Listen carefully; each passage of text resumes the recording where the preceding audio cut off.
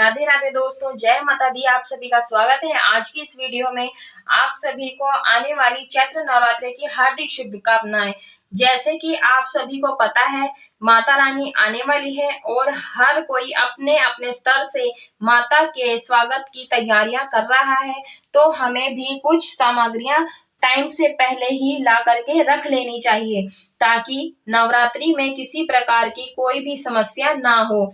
आज की इस वीडियो में मैं बताऊंगी कि नवरात्रि से पहले क्या क्या सामग्री ला करके रखनी चाहिए, उस सामग्री का कहाँ कहाँ प्रयोग किया जाता है। अगर कुछ सामग्री नहीं मिल पाती है तो उसकी जगह पर हमें क्या प्रयोग करना चाहिए, क्योंकि कुछ चीजें ऐसी होती हैं जो नहीं मिल पाती हैं। अगर आपको उनमें से कुछ चीजें नहीं मिल पाती हैं तो आप उसकी बिना भी इस पूजन को कर सकते हैं। तो आइए जानते हैं नवरात्रों में हमें किन किन सामग्रियों की आवश्यकता होती है। तो चलिए वीडियो में पूरा देखिए। सबसे पहले हमें आसन बिछाने के लिए लाल कपड़ा चाहिए। तो इस तरह से आप 1.25 मीटर या 2 मीटर इस तरह से आसन के लिए कपड़े ले सकते हैं। 2 लेना है, तो मैंने यहाँ 2 लिए हैं। तो इस तरह से हमें ये आसन के लिए चाहिए। और सबसे पहले हमें इस तरह से माता की फोटो चाहिए या प्रतिमा ले सकते हैं आप, ये छोटी या बड़ी ले सकते हैं। हमें माता की विग्रह भी चाहिए होता है। अगर विग्रह नहीं है तो इस तरह से आप फोटो भी ले सकते हैं। विग्रह है तो वो भी आप ले सकते हैं। तो मैं इस तरह से ये फोटो चाहिए हमें।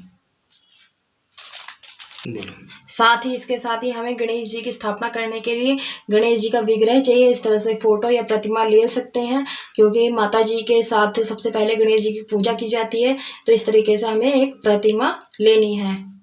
माता की सप्तशती का किताब चाहिए होता है। अगर किताब नहीं है तो आप आरती संग्रह ले सकते हैं। इसमें दुर्गा जी की अनेक सी आरतियां होती हैं, तो आप ये आरतियां पढ़ सकते हैं इसमें। तो हमें इस तरह से हमें किताब लेनी है। और यहाँ पर दुर्गा सप्तशती चरित्र सचित्र, इसका बहुत ही महत्व होता है। अगर आपके पास है तो नहीं है तो ले आए, अगर है तो उसको पूजा में जरूर से रखें। इस तरह से हमें आरती संग्रह की किताब रखनी होती है, तो आप जरूर से ले आए। आप हिंदी का भी ला सकते हैं और संस्कृत में भी आप ये पढ़ सकते हैं। तो इस तरह से हमें आरती की किताब चाहिए। इस तरह से चौकी होती है। अगर आप ये बड़ी पूजा कर रहे होते हैं तो आपको एक चौकी चाहिए होती है। अगर आप छोटी पूजा कर रहे हैं तो आपको सिर्फ एक ही चौकी चाहिए होती है। तो इस तरह से बड़ी पूजा करना, दरबार लगाना है, तो हमें बड़ी चौकी 2 चाहिए होती हैं। तो इस तरह से हमें इस तरह से बड़ी सी चौकी लगानी होती है। तो ये हमारी चौकी है। मैंने यहाँ पीला वस्त्र इसलिए बिछाया है ताकि मैं आपको सारा सामान, पूजा सामग्री दिखा सकूं। और वैसे चौकी पर लाल ही आसन माता को बिछाना चाहिए, बिछाकर ही माता को विराजमान करना है। तो इस तरह से मैंने ये वस्त्र लिए थे, तो इस तरह से मैं यहाँ विराजमान करूंगी। माटी का, इस तरह से हमें माटी का पात्र चाहिए, घड़ा चाहिए घट स्थापना करने के लिए। और इस तरह से हमें एक सराही चाहिए होती है। तो ये मैंने सराही ली है कलश स्थापना करने के लिए। तो आप यहाँ चाहे तो तांबे का भी ये ले सकते हैं, जैसे तांबे का लोटा, स्टील का, पीतल का ले सकते हैं, लेकिन लोहा धातु नहीं लेनी है। तो इस तरह से हमें ये लेना है। हमें कोई ये दुर्वा लेना है गणेश जी को चढ़ाने के लिए। कुछ पुष्प लेने हैं, गुलाब के लेने हैं, लाल फूल गणेश जी को अति प्रिय है, माता को भी। तो इस तरह से लाल पीले फूल ले लें।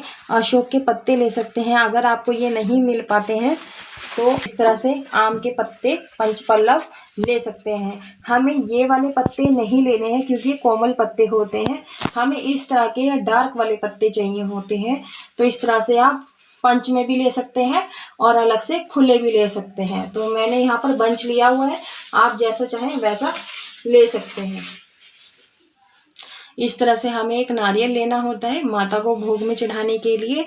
तो ये हम जरूर से पूजा में रखना है, क्योंकि हमने कलश स्थापना करनी है, घट की स्थापना करनी है, तो नारियल रखनी है।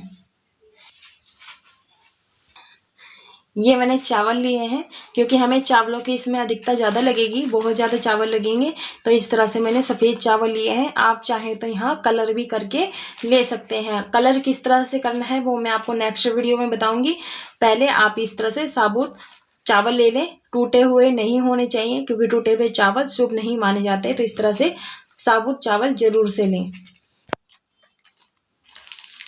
हमें यहाँ पर जवारे लेने हैं बोने के लिए, तो आप ये जवारे ज़्यादा ले सकते हैं। और यहाँ पर आप गेहूं भी ले सकते हैं। हमें यहाँ पर माता को भोग लगाने के लिए पंचमेवा चाहिए यहाँ, और भोग में बतासे भोग लगाए जाते हैं, तो इस तरह से हम बताशे ले लेंगे। और साथ में हमें चाहिए धूप और कपूर। तो इस तरीके से हमें धूप की पैकेट लेनी है। हो सके तो आप जैसा मर्जी धूप ले सकते हैं, खुली भी ले सकते हैं, क्योंकि हमें पूरे 9 दिन पूजा करनी है सुबह शाम। तो इस तरह से पैकेट ले आए तो सस्ता पड़ जाता है, तो आप इस तरह से ले सकते हैं धूप बत्ती। और गुलाब की अगरबत्ती लेनी ज़रूरी है, क्योंकि इससे माता के पूजन में सुगंधित वातावरण बना रहता है। तो इस तरह से हमें गुलाब की स्टिक लेनी है, धूप अगरबत्ती लेनी है। इस तरह से हमें कुछ लौंग लेनी है, साबुत लेनी है लौंग, क्योंकि पूजा में खंडित लौंग की आवश्यकता नहीं होती, क्योंकि शुभ नहीं माना जाता है। जो लौंग है, लौंग के जोड़े माता के रोज डेली हवन में प्रयोग किए जाते हैं। तो इस तरह से हमें साबुत लौंग लेने हैं। तो इस तरह से हमें बताशे और लौंग का ही आरती की जाती है, यानी हवन की जाती है, छोटा सा हवन किया जाता है।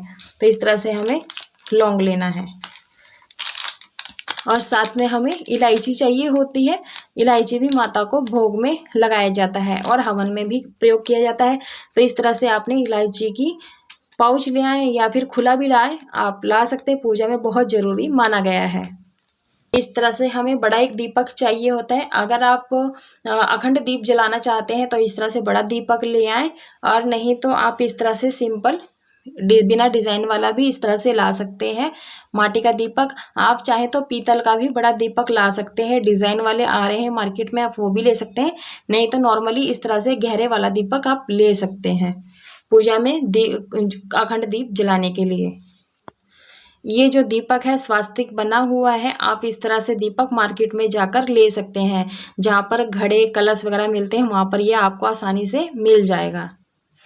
हमें आरती करने के लिए, हवन करने के लिए इस तरह से कपूर चाहिए होता है। आप ये कपूर की टिकिया भी ले सकते हैं, और पाउच में भी आता है, इस तरह से आप कपूर ले लेंगे। तो ये कपूर ज़रूर से लें, पूजा में ज़रूर से शामिल करें आप इसे। और साथ में अष्टगंध लिया जाता है तिलक करने के लिए, तो अष्टगंध का प्रयोग पूजा में ज़रूर से होता है। तो आप इस तरह से अष्टगंध भी ले सकते हैं। और काले तिल, ये काले तिल हैं, हवन में और पूजा में प्रयोग किए जाते हैं। हवन के लिए मिलाकर हवन संविधा में प्रयोग किया जाता है। तो काले तिल जरूर से रखें पूजा में। हमें तिलक करने के लिए, माता को तिलक करने के लिए रोली की ज़रूरत होगी। तो हमें ये रोली लेनी है, क्योंकि कन्या पूजन में भी रोली का ही तिलक किया जाता है। तो इस तरह से हम तिलक करने के लिए रोली लेंगे। इस तरह से चंदन ले लें, चंदन इस तरह से भी ले सकते हैं, पीला चंदन, और ये सफ़ेद चंदन आता है इस तरह से, आप इस तरह से भी ले सकते हैं। तो मैंने ये दोनों ही ले लिए हैं। तो ये पीला चंदन है हमारे पास, और ये सफ़ेद चंदन है, दिख रहा। इस तरह से ये मैंने सफ़ेद चंदन लिया है, क्योंकि सफ़ेद चंदन से हम तिलक करेंगे, स्वास्तिक बनाएंगे, तो हम मिलाकर भी कर सकते हैं, नहीं तो सिर्फ सफ़ेद चंदन से भी तिलक कर सकते हैं। माता को भोग लगाने के लिए हमें मिश्री की आवश्यकता होती है। तो आप मिश्री दानेदार अलग अलग भी ले सकते हैं, नहीं तो इस तरह से ये धागे वाली मिश्री आती है, आप वो भी ले सकते हैं। तोड़कर आप डेली भोग में लगाएं, क्योंकि माता को रोज़ मिश्री का, बतासे का, लौंग बतासे का भी भोग लगाया जाता है। तो हर रोज़ हमें लौंग मिश्री का ही भोग लगाना है। गणेश जी को भोग लगाना है। गणेश जी को भोग के लिए हमें गुड़ नारियल का प्रयोग करना है। तो गुड़ नारियल गणेश जी को अति प्रिय होता है। तो इस तरह से मैंने नारियल लिया है। तो आप गुड़ और नारियल जरूर से रखें पूजा में, भोग के लिए। माता रानी के हवन पूजा में हल्दी की गांठ का प्रयोग किया जाता है। आप पक्की हल्दी गांठ की आती है मार्केट से, आप वो भी ले सकते हैं। हमारे यहाँ पर पूजा में, हमारे घर वाले पूजा में कच्ची हल्दी का प्रयोग करते हैं, गांठ की। तो इस तरह से ये मैंने कच्ची गांठ की हल्दी ली है। आप यहाँ पर जैसे कि धार दी जाती है, इसकी धार बनाई जाती है। मैं धार की वीडियो आपको अलग से बनाकर बताऊंगी और दिखाऊंगी कि किस तरह से धार बनाई जाती है कच्ची हल्दी के साथ। तो इस तरह से धार बनाने के लिए, पूजा में प्रयोग करने के लिए, कलश में डालने के लिए हमने गांठ की ये हल्दी ली है। ये मैंने सुपारी ली है। सुपारी आप 16 ले सकते हैं अगर षोडशता मातृ की पूजन कर रहे हैं तो, नहीं तो आप सिर्फ चावलों का ही षोडश मातृ बनाकर पूजा कर सकते हैं। मैंने यहाँ पर ये कलश में डालने के लिए और माता को भोग लगाने के लिए सुपारी ली है। मैंने ये गुलदाना लिया है, ये माता के भोग में डेली पूजा में, सुबह की शाम की पूजा में भोग लगा सकते हैं। और जैसे आप नॉर्मल मंदिर में पूजा करते हैं उसका भी भोग इस तरह से लगा सकते हैं। ये मैंने कटोरी में निकाल लिया है। इस तरीके से होते हैं गुलदाने, आप देख लीजिए दानेदार होते हैं। तो ये मार्केट से मिल जाएगा, भोग में ज़रूर से शामिल करें आप। इस तरह से माता को लाल सिंदूर अर्पित किया जाता है। तो इस तरह से आप सिंदूर रख लें माता को लगाने के लिए। ऑरेंज कलर का सिंदूर चढ़ाया जाता है जिसे बंधन सिंदूर बोलते हैं। ये नवरात्रों में हमेशा लगाए जाते हैं और ये हनुमान जी को भी लगाया जाता है। तो जब हम लास्ट नवरात्रि पूजा करेंगे तो उसमें भैरव जी, हनुमान जी और माता जी की पूजा करेंगे तो ये ऑरेंज कलर का सिंदूर जरूर से प्रयोग में किया जाता है। तो आप सिंदूर ऑरेंज कलर का जरूर से लाएं। इस तरह से हमें जब हम पंचामृत बनाते हैं माता के लिए, किसी के लिए भी स्नान कराते हैं तो हमें शहद की ज़रूरत होती है। तो इस तरह से हम शहद ले लेंगे। तो शहद आप ज़रूर से लें। इस तरह से हमें कलश में जल भरने के लिए गंगा जल चाहिए होता है। तो मैंने इस तरह से कैनी ली है जल की, इसे मैं थोड़ा सा अलग से रख लूँगी। गंगा जली आती है तो मैं इसमें इस तरह से निकाल लूँगी। अगर आपके पास गंगा जली की पात्र है तो आप उसमें भी रख सकते हैं, नहीं तो आप इस तरह से बोतल में भी रख सकते हैं गंगा जली। इस तरह से हमें एक पात्र लेना है और पात्र में हमें जल भरकर माता रानी का और शुद्धिकरण करना है। और शुद्धिकरण हमें इस कुश की मदद से करनी है। ये कुश मिल जाता है, आप कुश ले सकते हैं या फिर फूल की मदद से भी स्नान करा सकते हैं। तो इस तरह से मैंने एक कुश लिया है, आप कुश पूजा वाली दुकान से जाकर ले सकते हैं। इस तरह से हमें गेहूं लेनी होती है, कुछ जवारे लेनी होते हैं, इनको मिलाकर हम जवारे बोएंगे। कहते हैं नवरात्रों में जवारे बोने से माता रानी प्रसन्न होती हैं। अगर उग जाते हैं वो बोए जाते हैं और ये हवन में भी मिलाकर हवन किए जाते हैं। तो इस तरह से हमें लास्ट नवरात्रि में जवारे और गेहूं की ज़रूरत होगी। तो आप पहले से ही लाकर रख लें ताकि लास्ट वाले दिन में आपको कोई दिक्कत ना हो। इस तरह से हमें गोल वाली बाती लेनी होती है, पैकेट भी बनी बनाई आती है। और इस तरह से लंबी बाती भी चाहिए होती है क्योंकि हमें बाती जलानी होती है। तो इस तरह से बनी बनाई भी आ सकती है और हम खुद भी बना सकते हैं। तो इस तरह से आप ये बाती रख लें पूजा में, ये रोज़ इस्तेमाल होंगे तो आप ज़रूर से रखें पूजा में ये बाती और दीपक। हमें दीपक जलाने के लिए तिल का तेल चाहिए होगा और हवन करने के लिए घी की भी ज़रूरत होती है। आप घी भी रख सकते हैं, नहीं तो आप ये तिल के तेल से अखंड दीपक जला सकते हैं और छोटा दीपक रोज़ सुबह शाम जला सकते हैं पूजा करने के लिए। और घी इसलिए लिया जाता है क्योंकि हवन में भी इस्तेमाल होता है। तो आप आज के दिन घी ज़रूर से ले आएँ। तो हमें यहाँ पर कच्चा सूत चाहिए होता है, कच्चा सूत। तो ये कच्चा सूत पूजा में प्रयोग होता है। तो इस तरह से हमें कच्चा सूत लेकर आना है, आप ये ज़रूर से पूजा में रखें, ये लगते हैं। और साथ में हमें जनेऊ भी चाहिए होते हैं। आप ये 2 या 3 या 4 जितने भी आपको चढ़ाने हो आप ये इस तरह से जनेऊ रख सकते हैं पूजा में। तो इस तरह से हमें जनेऊ लेने होते हैं, आप 2 या 3 4 ले सकते हैं। लेकिन मैं ये इसलिए दिखा रही हूँ क्योंकि हमें पूजा में हर रोज़, जैसे जब भी हम कोई विशेष पूजा करते हैं हमें जनेऊ की आवश्यकता होती है। तो मैं जनेऊ इकट्ठे ले आई हूँ। और नवरात्रि में किस तरह से जनेऊ का प्रयोग करना है वो आपको मैं वीडियो में, नेक्स्ट वीडियो में दिखाऊँगी, आप ज़रूर देखिएगा वीडियो। मैंने कलावा लिया है, कलावा जो हम वस्त्र रूपी कलावा सभी को अर्पित करेंगे। और जब हम पूजा करेंगे तो हमें अपने कलाई में और घर के सभी परिवार जन की कलाई में हम ये कलावा बांधेंगे, रक्षा सूत्र बोलते हैं इसको। तो आप ये जरूर से पूजा में प्रयोग करें क्योंकि ये पूजा में विशेष माना गया है। रक्षा सूत्र होता है जिस तरह भगवान सभी की रक्षा करते हैं, तो इस तरह से हमें कलावा रखना है। इस तरह से हमें गुलाल लेना है, जो भगवान का गुलाल होता है वो अलग से पूजा की दुकान पर मिल जाता है। तो आप गुलाल भगवान को ज़रूर से, सभी भगवान को जब भी विशेष पूजा करते हैं तो गुलाल ज़रूर से चढ़ाया करें या उनके चरणों पे या मस्तक पर लगाया करें। ये जो गुलाल होता है भगवान का अलग से होता है और ये आप पूजा वाली, जहाँ पूजा का सामान मिलता है आप वहाँ से लेकर प्रयोग कर सकते हैं। ये हमारी है कुमकुम, जो पीला चंदन है, और साथ में कुमकुम का जो रोली का तिलक लगाते हैं। और ये मैंने खाली दीपक लिया है। आप यहाँ पर घी तेल का भी दीपक ले सकते हैं। जब आपको पूजा करना हो तब आप प्रज्वलित कर सकते हैं दीपक को। नहीं तो अभी मैं आपको सामग्री दिखा रही थी इसलिए मैंने खाली रखा हुआ है। और यहाँ पर आप मिट्टी का भी दीपक छोटा सा ले सकते हैं। और ये मैंने अक्षत लिए हैं, साबुत अक्षत हैं। इस तरह से अक्षत लेने होते हैं, क्योंकि तिलक करने के बाद अक्षत जरूर से चढ़ाए जाते हैं। और माचिस जरूर से रख लें।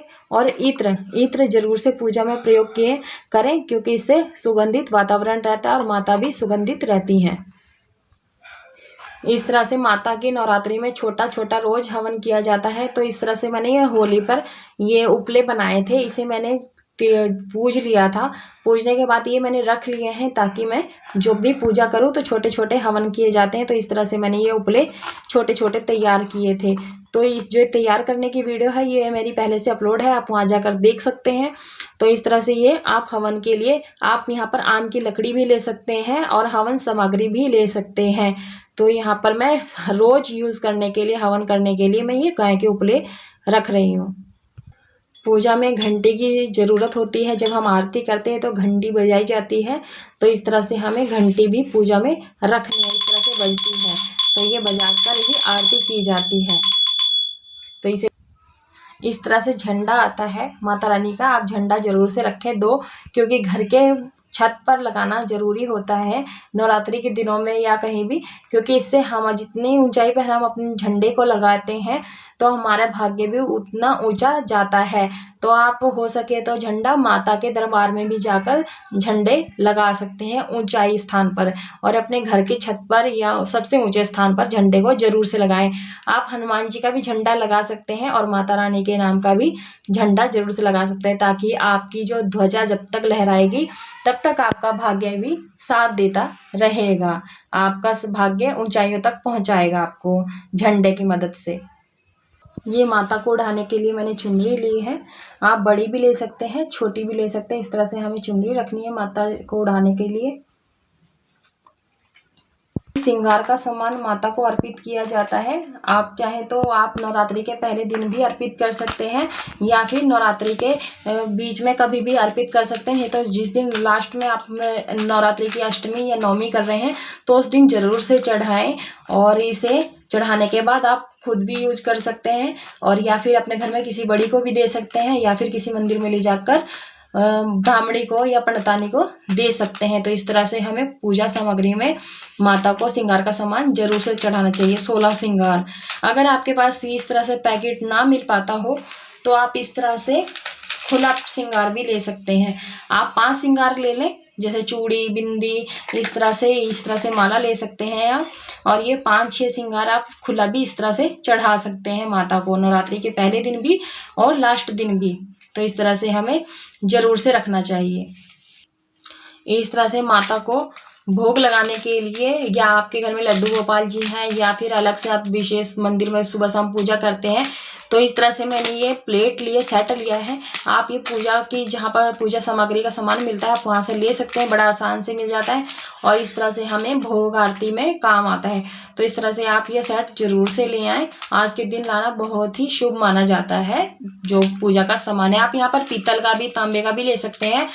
मैं स्टील का लेकर आई हूँ, क्योंकि मुझे रोज लड्डू गोपाल का या भगवान जी का भोग लगाना होता है। तो इस तरह से मैंने ये सेट लिया है, आप भी ले सकते हैं, बहुत अच्छा है ये। यहाँ पर हमें भोग लगाने की, माता को भोग लगाने के लिए हमें ये केले लेने हैं और इस तरह से फल ले लेने हैं। आप 5 तरह के अलग अलग भी फल ले सकते हैं। मैंने यहाँ पर 5 फल लिए हैं। तो इस तरह से नारियल को लेकर हमारे पास 5 फल हैं। अगर आप इकट्ठा अलग से चढ़ाना चाहते हैं तो आप एक नारियल अलग से भी ले सकते हैं। तो आप इस तरह से 5 मौसमी फल आपके पास जो भी हो उपलब्ध वो आप ले सकते हैं। तो ये हमारा भोग लगाने के लिए सामग्री है। दोस्तों, आपके अपने क्षेत्र के अनुसार, जहाँ पर आप रहते हैं उसके अनुसार पूजा सामग्री थोड़ी सी इधर उधर हो सकती है। अगर कोई कमी रह जाती है तो इसके बिना भी आप ये पूजा कर सकते हैं। और आप चिंता, इसमें कोई बात नहीं है, चिंता मत करिए, क्योंकि जो सामग्री नहीं है वो आप बिना सामग्री के भी पूजा कर सकते हैं, क्योंकि भगवान भाव देखते हैं, भक्ति देखते हैं। तो इस तरह से आप पूजा सरल विधि से कर सकते हैं। और इस सामग्री को पूजा की दुकान से 1-2 दिन पहले ही इकट्ठा कर लें और तभी पूजा कर सकते हैं। और पूजा करना अगले दिन आसान हो जाता है। तो आप इस तरह से पहले पूजा सामग्री इकट्ठा कर लें 1-2 दिन पहले, और जब नवरात्रि का पहला दिन आ जाता है उस दिन समय ज़्यादा लगता है, तो आप समान समय से पहले इकट्ठा कर लेंगे तो पूजा करने में आसानी होगी। तो इस तरीके से आप सामान इकट्ठा कर लें और समय भी कम लगेगा। अगर हम नेक्स्ट दिन पूजा करते हैं तो हमारा जो टाइम है दूसरे दिन कम लगता है, बस हमें धूप बत्ती आरती इस तरह से करना होता है, छोटा सा हवन करना होता है। तो इस तरह से हमारा समय कम लगता है। और मैं कलश की स्थापना बता देती हूँ किस तरह से करनी होती है। हमें पानी लेना होता है, जो घड़ा है हमारा पानी से भरा होता है, और उसमें डालने के लिए 1 सिक्का, 1 सुपारी, 1 लौंग, 1 इलायची और 1 हल्दी की गांठ या हल्दी पाउडर और दुर्वा फूल आदि लगता है। तो इस तरह से हमारी कलश की स्थापना होती है। और दोस्तों कुछ चीजें ऐसी होती हैं जिसे हम पहले लाकर रख भी सकते हैं, और कुछ हमें ऐसी चीजें लानी होती है जो हमें उसी दिन ही एट ए टाइम ही लाकर रखनी होती है, क्योंकि कुछ चीजें ऐसी होती हैं जो खराब हो जाती हैं, जैसे फूल है और फल है, ये हमें उसी दिन ही लानी होती है जिस दिन हमें इस पूजा को शुरू करना है। बाकी सारी सामग्री जो भी है आप 1-2 दिन पहले भी लेकर आकर रख सकते हैं, लेकर के रख सकते हैं। तो ये थी हमारी छोटी सी पूजा सामग्री। बिल्कुल सरल विधि से पूजा करनी है और ये बिल्कुल आसान सामग्री है। आप कहीं भी अपने क्षेत्र के हिसाब से देख लीजिए कि आपको कैसे कैसे सामग्री चाहिए। वैसे मोस्टली हर जगह मिल जाती है, अगर नहीं मिल पाती किसी कारणवश तो चिंता की कोई बात नहीं है। जितना है आपके पास सामान है आप उसी सामान से ही पूजा कर सकते हैं। तो इस तरह से हमारी ये पूजा सामग्री थी। अगर आपको ये वीडियो ज्ञानवर्धक लगी हो तो हमारी वीडियो को लाइक शेयर जरूर कीजिएगा। अगर हमारे चैनल पर पहली बार आए हैं तो सब्सक्राइब कर लीजिएगा, ताकि आने वाली हर नोटिफिकेशन आपको सबसे पहले मिल सके। आशा करती हूँ आपको ये वीडियो ज्ञानवर्धक लगी होगी। तो मिलते हैं नेक्स्ट वीडियो में, और कमेंट बॉक्स में जय माता दी, राधे राधे दोस्तों। मिलते हैं नेक्स्ट वीडियो में।